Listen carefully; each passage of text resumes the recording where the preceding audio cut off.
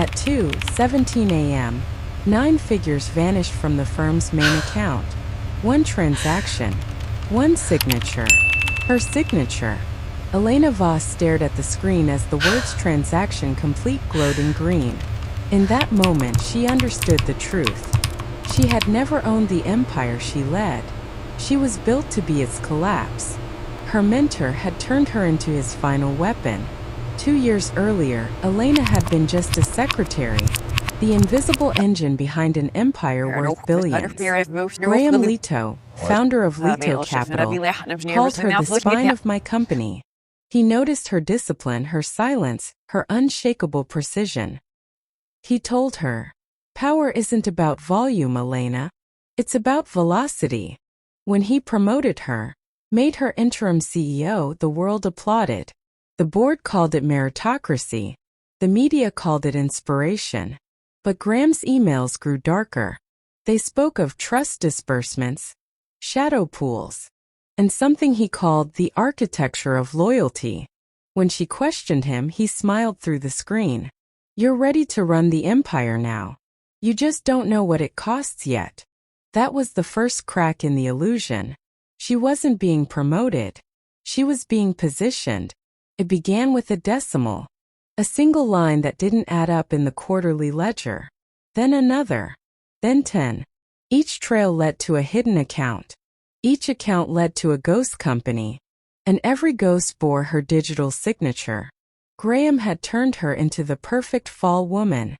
A spotless reputation designed to take the fall for his offshore labyrinth. But Elena didn't confront him. Not yet. She watched. She collected. She learned. Every call. Every file. Every instruction. She archived them all line by line, until the deception revealed itself. Graham didn't move money. He moved liability. He made himself the ghost, and his protégés the evidence. So Elena did something he never expected. She copied his crime, built a mirror fund, an exact reflection of his offshore empire, but one that reported secretly to her. That was her rebellion, to weaponize his own design against him.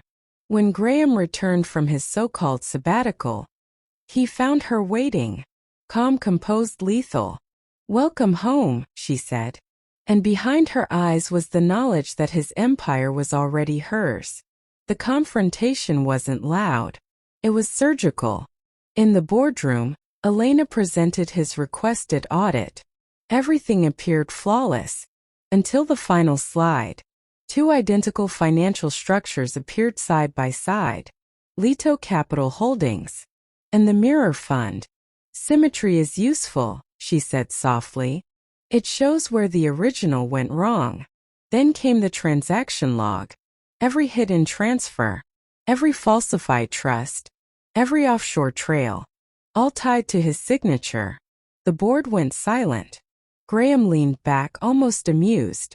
"You think this clears you, Elena? You were my instrument." "No," she answered. "I was your lesson." At 9 a.m., the report she'd prepared hit the regulators. By 9:05, his accounts were frozen. By 9:07, he was no longer a billionaire, just a man unmasked. As security let him out, his final words echoed through the hall. "Power demands blood. It never lets you keep what you love." And in the hours that followed, he was proven right. That evening, Elena received a call.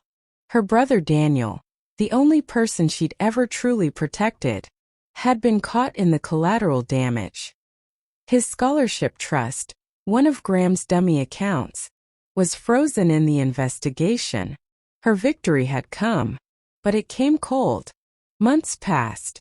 The media crowned her the CEO who outsmarted her mentor. The board called her the conscience of finance. And yet, her nights were quieter than ever. Integrity had preserved her name, but not her heart.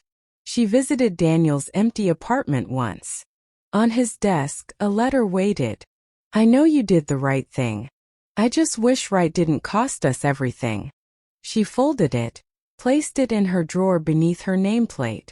Elena Voss, Chief Executive Officer. At the next board meeting, her closing words cut through the silence. Power isn't stolen or given. It's tested. And every test leaves a scar. Later, in the solitude of her office, she whispered to herself, "The cost of deceit isn't measured in money. It's measured in who stops believing in you when you tell the truth." Outside, the skyline flickered. Cold, bright, indifferent. Elena Voss had won. But her power came with a price. If the weight of this story resonated, subscribe to Betrayal and Billions, where every victory hides a secret, and every empire has its cost.